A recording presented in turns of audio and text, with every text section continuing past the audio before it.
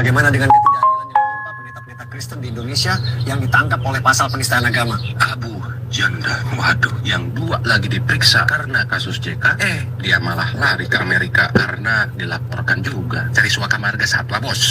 Sobat Mola, beredar video yang memperlihatkan bahwa Permadi Arya atau Abu Janda ini lari ke Amerika cari perlindungan di bawah ketiak sebagian umat Kristen dengan membuat sebuah video yang seolah-olah membela kaum minoritas di Indonesia. Kita akan saksikan dan kita akan buktikan kebenarannya. Benarkah apa yang diucapkannya atau hanya omong kosong belaka? Kita akan tonton.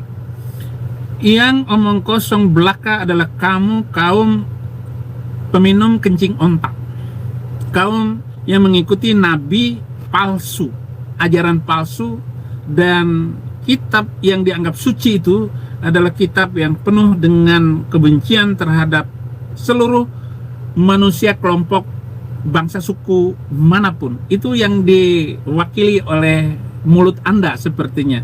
Saya nggak tahu persis Anda beragama apa, tetapi ketika narasi pertama Anda seperti itu, pastilah saya tahu agama Anda siapa dan apa maksud Anda. Kok Anda mengatakan bahwa Abu Janda ingin mengambil dan meminta perlindungan di bawah ketiak orang Kristen, seolah-olah begini, begono begini, dan mau membela minoritas? Kamu harus tahu, orang yang berada untuk membela minoritas, dan saya masuk Kristen karena Muslim membenci gereja dirusak, dan banyak sekali orang Kristen yang dipersekusi. Itu sebabnya saya masuk Kristen. Sebelum Abu Janda, 16 tahun sebelumnya saya sudah menjadi orang Kristen, gara-gara saya melihat dengan mata kepala saya bagaimana gereja dihancurkan oleh orang yang berpakaian putih, sorban, teriak nama Tuhan ke langit, barbar, barbar, Allah barbar, Allah barbar. Berarti Allah itu adalah barbar. Karena selalu ekornya itu barbar. Jawa Barat, ya, Sumatera Barat, Nusa Tenggara Barat, Sulawesi Barat. Yang barat-barat itu ya memang kebarat-baratan dan kebangetan. Begitu, saudara. Ini jangan salah bernarasi. Abu Janda memang melihat bahwa minoritas ini selalu dipersekusi oleh mayoritas. Itu fakta. Jangan Anda memframing seolah-olah cari perlindungan di ketiak orang Kristen. Oh, sorry saudara. Jadi nggak begitu. Semua orang terfokus pada ketidakadilan yang menimpa Nadiem Makarim. Bagaimana dengan ketidakadilan yang menimpa pendeta-pendeta Kristen di Indonesia yang ditangkap oleh pasal penistaan agama? Abu Janda, waduh, yang dua lagi diperiksa karena kasus JK, dia malah lari ke Amerika karena dilaporkan juga. Cari suaka marga satwa, bos. Sobat Mola, beredar video yang memperlihatkan bahwa Permadi Arya atau Abu Janda ini lari ke Amerika cari perlindungan di bawah ketiak sebagian umat Kristen dengan membuat sebuah video yang seolah-olah membela kaum minoritas di Indonesia. Kita akan saksikan dan kita akan buktikan kebenarannya. Benarkah apa yang diucapkannya atau hanya omong kosong belaka? Kita akan tonton. Semua orang terfokus pada ketidakadilan yang menimpa Nadiem Makarim. Bagaimana dengan ketidakadilan yang menimpa pendeta-pendeta Kristen di Indonesia yang ditangkap oleh pasal penistaan agama?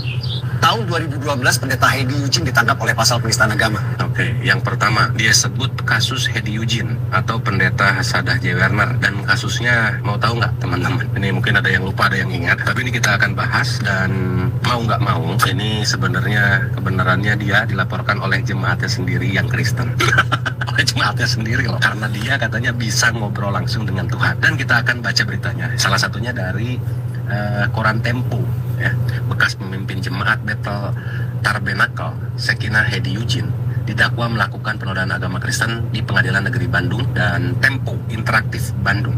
Di dalam dakwaan jaksa, ya, Hedi menyimpangkan ajaran dan doktrin, jadi bukan oleh umat Islam tapi oleh jemaatnya sendiri, dikarenakan bagaimana dengan seorang Arab yang mengaku mendapat wahyu dari langit, sementara wahyunya itu tidak mampu dibuktikan sebagai contoh teladan dalam kehidupan di masa yang akan datang, dan bahwa hukum-hukum, undang-undang, ibadat, semuanya itu dijamin. dijamin untuk mendapatkan masuk surga, dijamin untuk memperbaiki kehidupan umat manusia, dijamin memperbaiki rumah tangga. Ternyata tidak, ya kan? Kalau sekedar Abu Janda yang kamu katakan, ataupun pendeta yang ditangkap karena urusan-urusan itu, atau sekalipun pendeta itu dilaporkan oleh jemaatnya karena mendapat wangsit langsung dan bisa ngobrol langsung dengan Tuhan, apa masalahnya dengan nabi yang menerima wahyu di dalam gua gelap dan dikatakan itu adalah Jibril, padahal bukan? Dan jelas sekali tidak ada nabi dari Arab. Seorang nabi harus dituntun oleh dasar pembawaannya sebagai mujizat, dan dia tidak punya mujizat. Seorang nabi harus dinubuatkan oleh minimal 2 orang nabi sebelumnya. Tidak ada nubuat sepotong pun yang terjadi di dalam Alkitab. Walaupun dikatakan oleh Al-Quran yang diterima oleh Muhammad bahwa Alkitab, nabi-nabi sebelumnya meramalkan tentang kedatangan nabi itu, bahkan dia meminjam mulut Isa di dalam surat ke-61 ayat ke-6. Wa idh qala Isa ibn Maryam ya bani Israil ini Rasulullah ilaikum musaddiqan lima baina yadayya min at-Taurat wa mubasysyiran bi rasulin ya'ti min ba'di ismuhu Ahmad. Jadi Yesus Kristus sebelumnya, artinya 600 tahun sebelum datangnya Muhammad, sudah mengatakan akan datang seorang nabi setelah aku, setelah Yesus, namanya Ahmad. Bohong, tidak ada satu potong ayat pun di dalam perjanjian baru mengatakan ayat itu. Berarti ini adalah kamuflase kebohongan sang nabi ngaku-ngaku menerima wahyu dari langit. Paham? Dul Komeng? Ya, kalau ada yang dilaporkan oleh jemaatnya sendiri, masa bodoh ting atuh, tidak ada masalah. Tapi kenapa kamu framing seperti ini? Dan itu penistaan agama. Saya akan mengatakan bahwa Muhammad penista agama. Apalagi dia kawin dengan cewek umur 6 tahun. Itu tidak beradab alias tidak bermoral. Kalau dia memang seorang nabi, itu makanya jangan macem-macem. Mengkhotbahkan bahwa Tuhan dan Roh Kudus mengobrol dengan dia. Dia dilaporkan oleh jemaatnya sendiri. Waduh. Salah kasus nih bos. Banget sih kehead. Udah salah ngambil berita, pede berisi keheadnya. Semua orang terfokus pada ketidakadilan yang menimpa Nadiem Makarim. Sadari saudara, yang muslim apapun yang berkaitan dengan Abu Janda, bukan karena saya membela Abu Janda. Saya juga perlu membela diri saya sendiri sebagai orang yang terusir dari negeri saya dengan kecongkakan sebuah majelis, sebuah undang-undang, sebuah komunitas, dan seorang wakil presiden, si JK itu. Giliran dia menista dan menghina kekristenan, enggak ada lagi yang nangkap. Di mana keadilan hukum ini? Sudah enggak ada lagi diharapkan. Apalagi saya harus menyerahkan diri saya kepada Indonesia. Tidak ada hakim yang bisa dijamin menetapkan, memvonis adil kepada Saifuddin Ibrahim. Sekalipun saya minta maaf, sekalipun saya menyesal atas apa yang telah saya ucapkan setelah keluar dari penjara. Tidak ada gunanya saya menyesal terhadap apapun berita yang Anda maksud. Ya, nggak ada gunanya.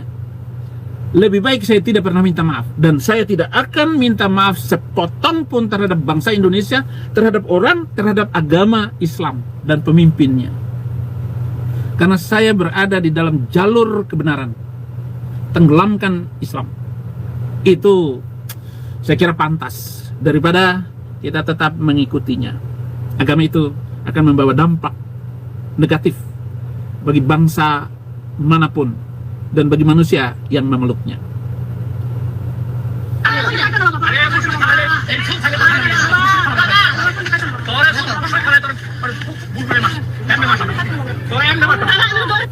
Bagaimana seorang ustadz memotong rambut perempuan Kristen karena tidak pakai kerudung? Apa sih alasannya pakai kerudung? Oh, karena rambut wanita itu aurat. Bah, kok rambut kok aurat? Kalau bulu kemaluan, mungkin itu aurat, harus ditutup. Tapi ini rambut. Hukum dari mana yang menetapkan rambut sebagai aurat? Tetapi kalau ngomong menutup kepala sebagai kehormatan, oke. Tetapi tidak seperti Islam membungkus kepala wanita. Tetap aja pakai tudung kepala. Bahkan di dalam perjanjian baru, wanita yang tidak menutup kepalanya lebih baik dibotakin. Itu maksudnya apa? Dalam hal berdoa, bukan dalam hal perjalanan sehari-hari, pergi kemana kok selalu harus tutup kepala, kerja tutup kepala. Ada satu video yang lagi viral di Amerika ini, wanita-wanita Arab memakai kerudung kerja di Walmart di swalayan. Oh, diomelin sama penonton di sini. Ini yang dimaksud. Tetapi kalau tadi wanita digunting rambutnya oleh ustadz karena dia Kristen, ini adalah penghinaan terhadap wanita. Tidak bisa dibenarkan ini. Ini di Bangladesh video tadi.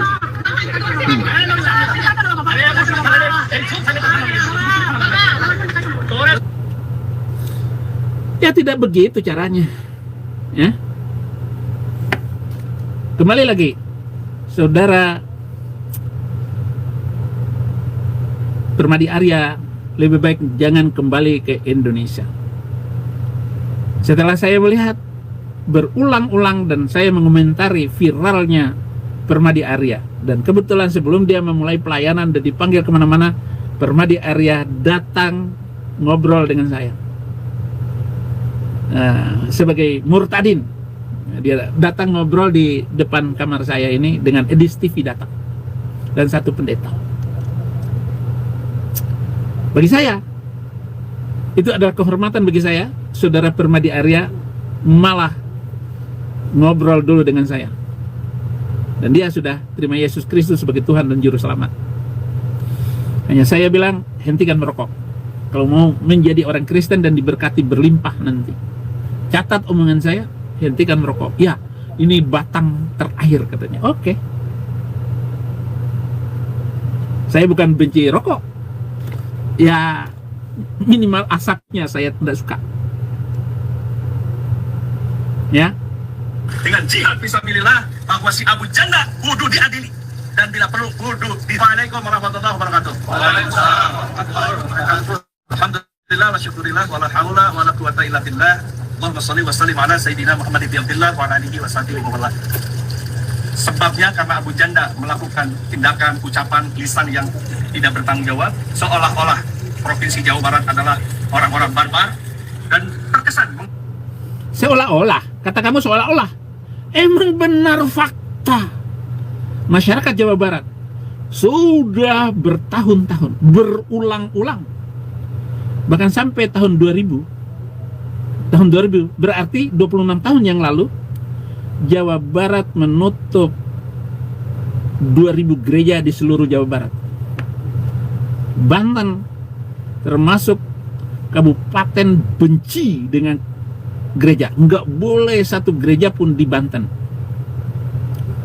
Apalagi jadi orang Kristen di Banten itu harus datang ke kabupaten lain atau minimal datang ke Jakarta untuk sekedar beribadat. Betapa susahnya beribadat.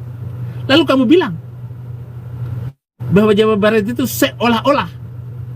Orang fakta kok seolah-olah. Ini yang ngomong ini bukan seolah-olah Saifuddin Ibrahim, tapi dia sungguh-sungguh Saifuddin Ibrahim alias Abraham bin Moses. Main seolah-olah kamu. Adu domba kita antara satu agama dan yang lain. Bahwa Islam itu intoleran. Maaf, dalam Al-Quran telah difirmankan oleh Allah, lakum dinukum waliyadin. Bahwa kata Allah, agamamu untuk agama. Lakum dinukum waliyadin itu kalah debat, bukan toleransi. Kalau memang lakum dinukum waliyadin, kenapa Muhammad membantai habis orang Yahudi dan orang Kristen? Kalau memang lakum dinukum waliyadin, 27 kali dia menjadi panglima perang. Kalau memang lakum dinukum waliyadin. Kenapa gereja dirusak? Oh, kami merusaknya karena alasan izin. Emang ada masjid, ada izin dibangun? Bangun-bangun kapan saja semau lo.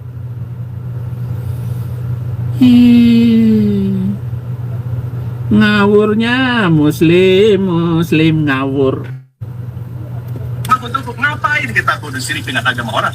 Maka dari itu, tolong disampaikan kepada seluruh masyarakat, khususnya kaum muslimin muslimat di Jawa Barat dan umumnya di Kota Bandung, khususnya di Kota Bandung dan umumnya di Jawa Barat, sampaikan bahwa kami, Forum Umat Islam Bandung Bersatu, di dalamnya ada NU versus Muhammadiyah, LDI, AP2B, bahkan organisasi dan harokah-harokah pergerakan Islam yang lainnya, bersepakat. Bisa bersepakat. NU Muhammadiyah, persis Ahlussunnah wal Jamaah. Wahabi ikut nggak? Wahabi ikut ngelapang nggak Wahabi? Hah? Coba mengatasnamakan, giliran atas nama. Atas nama itu bangsa Indonesia, Soekarno-Hatta, proklamasi. Proklamasi inilah yang harus melindungi setiap pembicara, kebebasan berbicara, kebebasan berpendapat. Kalau kebebasan berpendapat, balas dengan kebebasan tersendiri. Ini tidak ada angin, tidak ada hujan, tidak ada petir, tiba-tiba kok ditangkap Pendeta Saifuddin Ibrahim, betap Gratia Pelo, ditangkap MKC, main tangkap-tangkap. Kalau debat lakum dinukum waliyadin, pakai rasionalitas yang bagus. Permadi Arya itu adalah orang yang benar, orang yang jujur di dalam berbicara dan tidak pernah salah. Kalau mikirin diulang-ulang cara berpikir Abu Janda. Dan kami satu visi dengan jihad fisabilillah bahwa si Abu Janda kudu diadili dan bila perlu kudu disel dan dipenjara. Fisabilillah hanya untuk menangkap satu orang. Polisi mengutus datang ke Amerika, merayu saya kembali ke Indonesia, tapi tidak bisa hanya 1 tahun, harus lebih daripada itu Pak Pendeta. Ketemu polisi itu di Java Bistro, dari sini ya tidak sampai setengah jam, hanya 20 menit. Polisi datang ingin bertemu saya. Dan kalau saya mau kembali ke Indonesia, video call dengan Kapolri. Tapi saya sekali lagi, saya tidak akan menyerahkan diri saya kepada nyawa saya kepada iblis. Saya tidak akan terprovokasi dan saya tidak akan menyatu dengan omongan penjahat. Saya lebih baik hidup susah daripada saya dibangunkan rumah, daripada saya dikasih uang yang banyak, tetapi pemberitaan firman saya tertutup dan tidak didengar oleh banyak orang. Lebih baik saya ada di Amerika dalam keadaan susah, tetapi firman merdeka. Paham? Dulu komen? Takbir! Takbir! Jika sampai Abu Janda tidak masuk ke dalam sel, jangan salahkan kalau masyarakat Islam di Jawa Barat dan Kota Bandung akan turun langsung ke jalan. Dengan jihad fisabilillah, turun aja. Silakan demo. Emang bisa? Demo itu MBG demo di sana. Demo itu Prabowo yang nggak beres. Demo. Bukan sekedar ngomong kayak begini. Kamu jangan-jangan ini adalah utusan Prabowo agar Prabowo nggak jatuh, kamu ngomong seperti itu. Nggak bisa, saudara. Coba berpikir waras. Nggak perlu perhatikan itu Abu Janda, hanya 1 orang. Kalau mau balas omongannya, jangan orang ngomong dibalas dengan penistaan agama. Bagaimana kamu menentukan Abu Janda itu penista agama? Dari siapa saksi ahli yang membuktikan Abu Janda bersalah? Kalau ada saksi ahli yang ngomong seperti itu, pasti ahlinya sudah gila, ataupun pernah minum kencing onta, ataupun orang-orang ini adalah pengikut agama kesurupan. Jelas, saudara. Jadi kesurupan beragama total. Iya. Janganlah ikut-ikutan seperti itu. Sadar. Datanglah kepada Tuhan. Ini kenapa ini? Sunan Kalijaga bagaimana jadi wali? Dia pergi ke pinggir kali, kemudian dia bertapa kan? Bertapa sampai badannya penuh dengan lumut. Dia tidak sholat, tidak makan, kemudian dia tiba-tiba jadi apa? Wali. Kalau begitu cara jadi wali, itu wali setan. Bagaimana menurut Ustaz tentang Wali Songo yang Ini nih, Ustadz kamu bilang Wali Songo setan. Wali setan. Emang Wali Songo nggak sholat, orang bertapa. Bertapa itu lebih penting daripada sholat itu sendiri. Kenapa? Karena bertapa itu konsentrasi bagaimana membangun masyarakat ke depan ini yang toleran dan damai. Makanya Wali Songo itu damai. Tidak damainya setelah tahun 1980 muncul orang-orang yang jahat seperti Habib Rizik, ya, mengaku-ngaku turunan Nabi. Makanya Muhammad dan sahabatnya itu penuh dengan pekerjaan intoleran dan memaksa istri-istrinya Muhammad tidak boleh menikah lagi. Coba surat 33 ayat 53. Jangan nyakitin hati Nabi dengan mengawini istri-istrinya setelah dia meninggoy, karena itu adalah dosa besar. Masa ngawinin janda Nabi? Dosa besar. Aisyah jadi janda umur 18 tahun itu masih kenyal-kinyal, nggak boleh kawin setelah itu. Ini ajaran apa? Nabi apa macam begitu? Menggunakan ayat dari Tuhan karena cemburu hatinya. Jangan sampai janda-janda mamat nggak boleh menikah lagi karena itu dosa besar. Mana boleh dosa besar ngawinin janda kanjeng Nabi? apakah boleh kita mengikuti ajaran mereka yang mungkin tidak ada dalam Quran dan hadis? Jadi mereka mengajarkan agamanya dengan asimilasi budaya. Husna sabadah maka seandainya mereka dulu datang bawa pedang petantang Arab, mungkin tak Islam jawab sekarang. Ini dengan lemah lembut, jadi janganlah kita menyalahkan pendahulu. Nanti kita malu di akhirat. Mereka, saya tahu betul payah mengislamkan orang kafir. Gimana? Kami pergi ke Talang Mama, pergi kami ke suku Akit, ke Soko. Susah mengislamkan orang, bukan senang. Mereka bisa membuat satu pulau untuk Islam, luar biasa. Nah, jadi nanti kalau kita... Ya memang nggak usah ke Talang Mama lagi. Di sana tidak bagus. Apalagi suku-suku terasing kayak begitu, ngapain nanti jengkang-jengking 5 kali sehari lalu teriak Allahu Barbar, Allahu Barbar, Allahu Barbar, Allahu Barbar. Belum lagi bedanya lagunya dengan di Mesir, Allahu Akbar, Allahu Akbar, Barbar. Lagunya saja nanti dibilang sesat. Ngaco semua ya Muslim ini. Semua ngaco, saudara. Makanya jangan percaya lagi. Jangan percaya lagi, saudara. Apapun yang dikatakan Muslim. Inilah sosok Kiai Haji Mastur Rohili, seorang pemuka agama. Dia sedang dihujat oleh netizen se-Indonesia dikarenakan ia telah melecehkan anak angkat serta keponakannya sendiri sejak mereka masih duduk di bangku SD, guys. Wah, parah banget ya, guys. Seorang alim ulama melakukan hal ini. Bagaimana informasi selengkapnya? Yuk, kita bahas. Muhammad sudah melakukan pelecehan terhadap Aisyah. Muhammad telah melakukan pelecehan terhadap menantunya. Surat 33 ayat 37. Muhammad memakai pembantunya, yaitu budak dari Mesir, Maria Kibiti, ketika hari gilirannya untuk Hafsah. Dan Maria Kibiti ini tinggal di rumah Hafsah sebagai budaknya Hafsah. Dia melakukan pelecehan. Jadi kalau ada ustadz yang macam begitu, nggak bisa Anda salahkan. Emang sudah begitu? Jangan main salah menyalahkan, saudara. Saya bisa menunjukkan banyak sekali hal-hal yang tidak pantas dilakukan oleh Muhammad, yang menjadi inspirasi untuk zaman sekarang. Kiai di Pati, kiai di Jepara, kiai di Pekalongan. Pintar juga itu santri.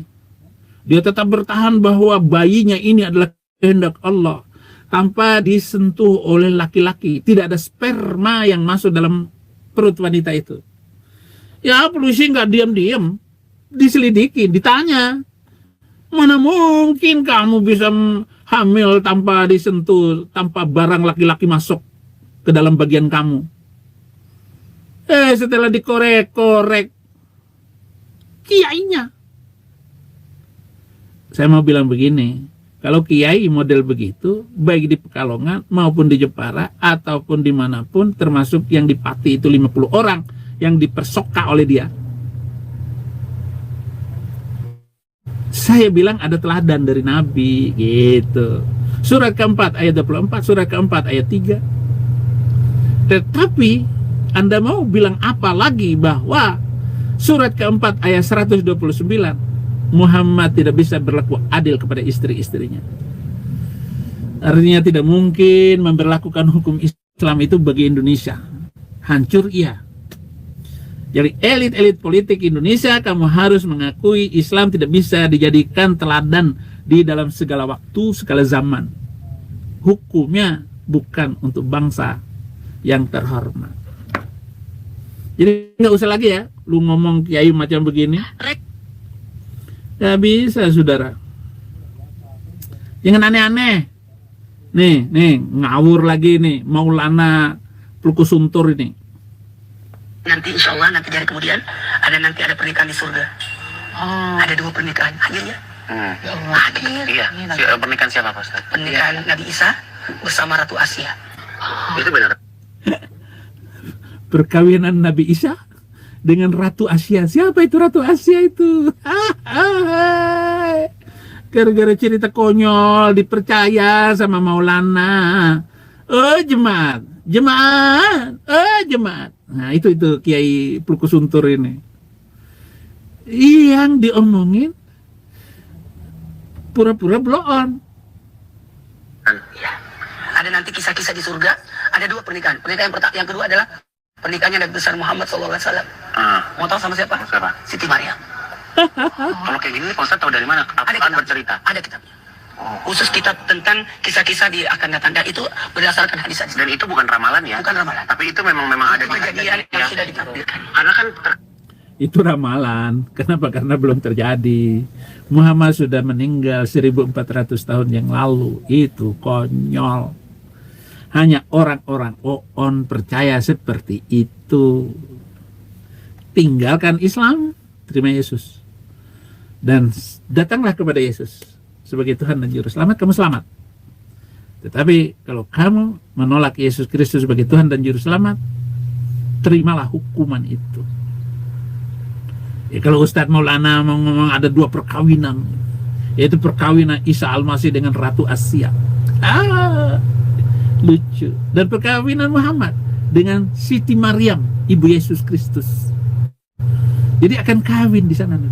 Sementara Yesus bilang, surga bukan urusan kawin mawin. Surga itu adalah sukacita surga. Terima kasih saudara-saudara. Udah beberapa video yang saya komentarin, tetapi inti dari video itu, maju terus Abu Janda, jangan serahkan dirimu ke Indonesia. Bawalah anakmu, istrimu, atau semua keluargamu untuk tinggal di Amerika, menyiapkan masa depan yang lebih indah. Kalau kamu percaya dengan kekuatan dolar, dan sekarang Indonesia sudah 18.000, kalau sempat 20.000, $1, udah selesai Indonesia. Akan terjadi chaos lagi seperti 1998. Terima kasih, jangan lupa like dan subscribe, dan kirim bantu pelayanan saya di lewat rekening Mandiri dan juga rekening BRI. Belum banyak yang saya bantu. Saya hanya percaya bahwa uang yang dari Indonesia saya kembalikan ke Indonesia. Terima kasih.